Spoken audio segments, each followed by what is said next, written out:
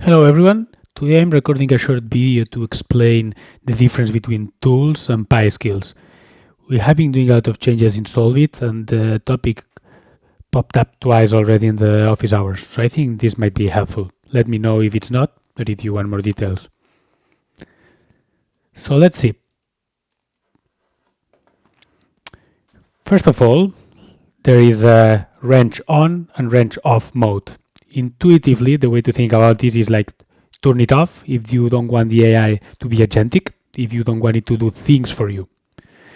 It can still read web pages and read documentation, but it will not be agentic. If you turn it off, then you are giving AI the ability to do things for you. Let's see which tools are available in each mode.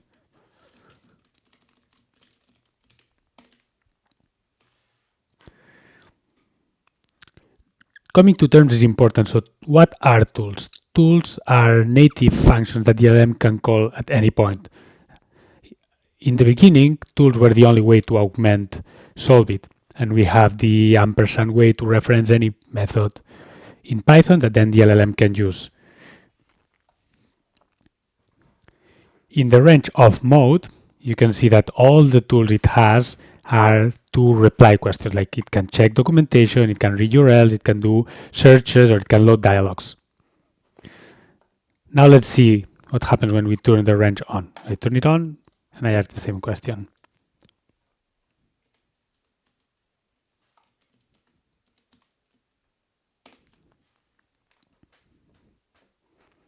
Now you will see there's actually a bit less tools. We don't have import module and we don't have doc.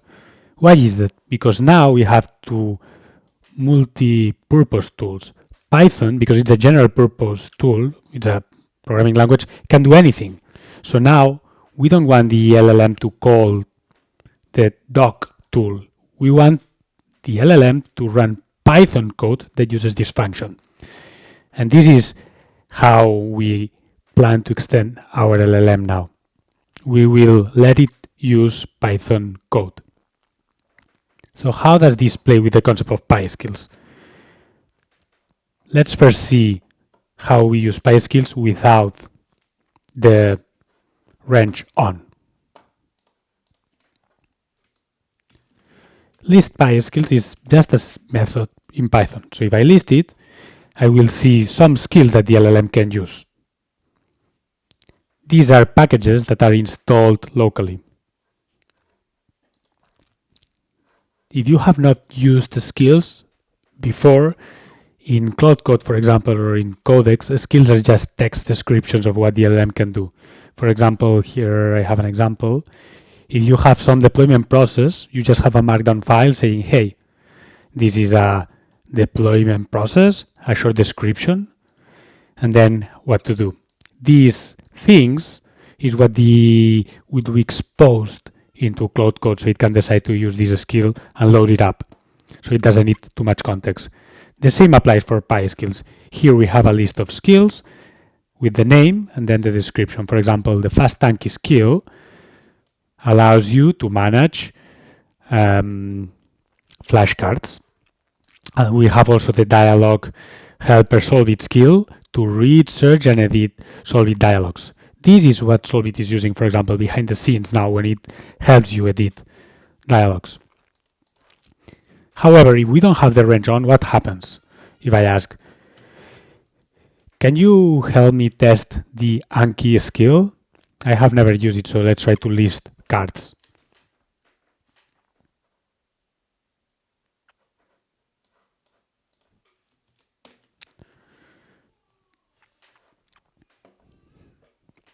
First, we see it's using the tools import module and doc to check the documentation. This is just importing the module, and then it says like, okay, I call the documentation of fastanki skill. This skill is just a Python file with description of how to use it, but also importing the code functions. Because we are in Python, we can import directly the code. The problem with the skills in Claude Code is that they normally are just text, so there is no code that they can run live. But here in SolveIt we have a Python REPL, so we can run the things directly. However, as we saw, there is no Python tool here, so it cannot execute. So what it does is like, hey, this is how you use it, but you have to run it. I cannot run it. Okay, so I do print find cards, and these are all my cards. Okay, now let's see the more interesting case, which is when you want your SolveIt instance to be able to do things for you using the registered PySkills. Let's do exactly the same, but with the range on. So, range off.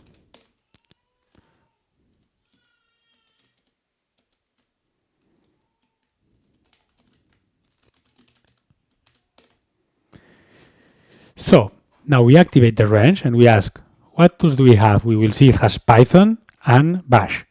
So let's do the exact same thing. Let's list PySkills.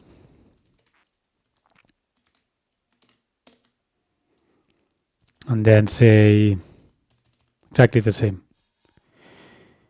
Can you help me with the Anki skill? So now what will happen is that instead of using the doc tools, because it doesn't have the doc tools, it will use the Python tool, because the doc function is a Python function, right? If you unfold this, you see it's using the Python tool, which just means that it will call Python, and the code that it uses is import fastanki, and I will call fastanki. This long markdown text is how this Anki module is used. So now the LLM knows, okay, Anki exposes these things, and it has also a list of all the methods. You can read this in the fastanki repo. So if you go here, fastanki, you will see this skill, and this is exactly what was imported. You see, it has some examples of what is the common workflow, and it has also some principles and advices on how to create these cards. So what did it next? Because it has now a Python REPL that it used to call doc, now it can also actually call the method, so it does find cards, right? So, sorry, this is also documentation. So here it does, okay, I call Python with find cards. And you can see that this is exactly the same thing that we did here. But now the LLM can actually use the REPL. This is the basic difference between using the range or not. And actually, if you think about it, we don't even need the list PySkills because it's a Python function. So if I say which PySkills do you have, it will call list PySkills already. Well, it didn't call because actually we call already in SolveIt this function, so it knows which ones you have. It's a lot to wrap your head around,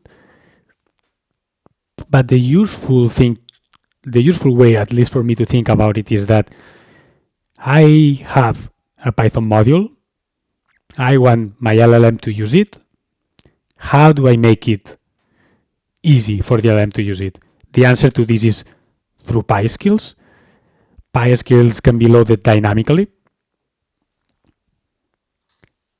And because we already use PyPy to install packages, we are leveraging the Python package structure to make this available. Let's also see how this actually happens. The way to expose the PySkills is very easy. We just go into the Py project and say project entry points PySkills. Fastanki, this is the name, and this is what this name should call. So fastanki is this folder, and inside here there is the skill. So this can be whatever name you want. The fastanki name is what will appear when you do list PySkills.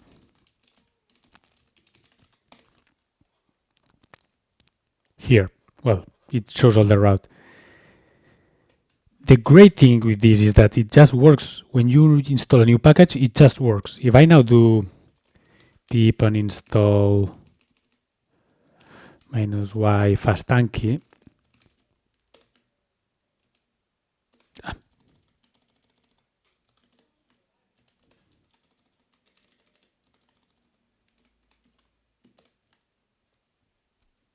now if I do this PySkills, fastanki is not here anymore. But in the same way, if I do pip install fastanki, now it's available again. This means that whenever you find a package that exposes PySkills like this, whenever you install it, this will be available right away in SolveIt or in any environment that you use. And this is one of the very powerful things, in my opinion.